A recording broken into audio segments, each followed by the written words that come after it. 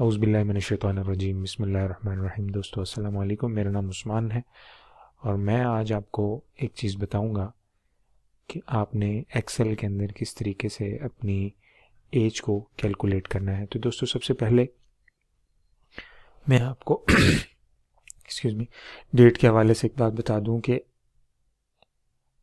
इस फार्मूला के अंदर हमें दो चीज़ें चाहिए। एक तो आपकी डेट ऑफ बर्थ, जिस दिन आप पैदा हुए, और दूसरी करंट सिस्टम डेट। जो करंट सिस्टम डेट से मुराद ये है कि जो आपकी सिस्टम की डेट होगी उस डेट के हिसाब से कंप्यूटर आपको जवाब देगा।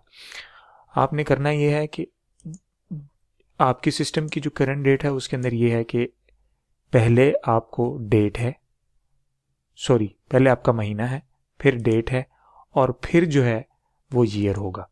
इसी तरीके से डेट ऑफ बर्थ जो आप खुद टाइप करेंगे वो भी पहले आपने महीना रखना है, फिर डेट रखनी है और फिर उसके बाद आपने जो है वो ईयर रखना है। तो मैं इस मिसाल से आपको समझाने की कोशिश करता हूँ कि किस तरीके से आप इसको कर पाएंगे।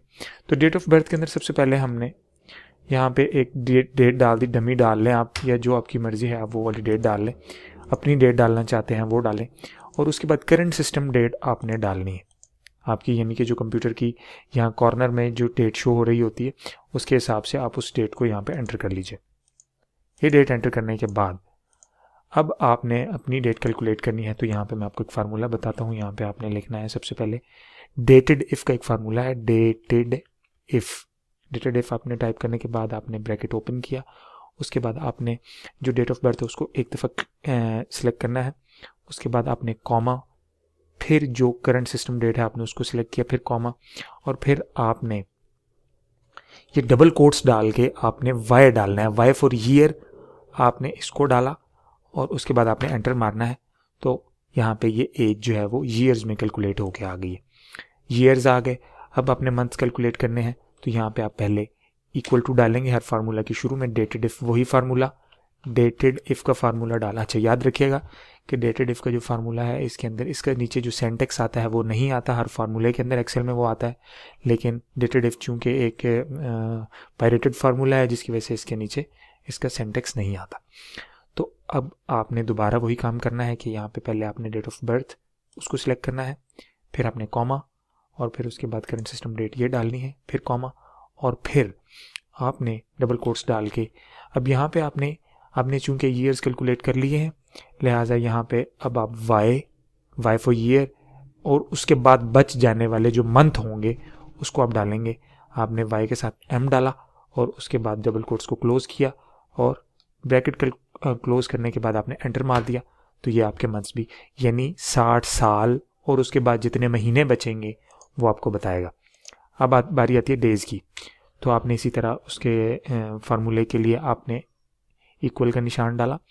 उसके बाद आपने यहाँ पे डेटेड इफ़ का फार्मूला डाल के ब्रैकेट शुरू की और उसके बाद वही डेट ऑफ बर्थ डाली इक्वल टू, और फिर उसके बाद आपने ये वाली डेट डाली और उसके बाद अब यहाँ पे आपने लिखना है एम यानी month and then D for days, month और डेज। उसके बाद आपने डबल कोट्स को क्लोज किया और ब्रैकेट क्लोज करने के बाद आपने एंटर मार दिया और ये आपके पास डेट कैलकुलेट होके आ गई।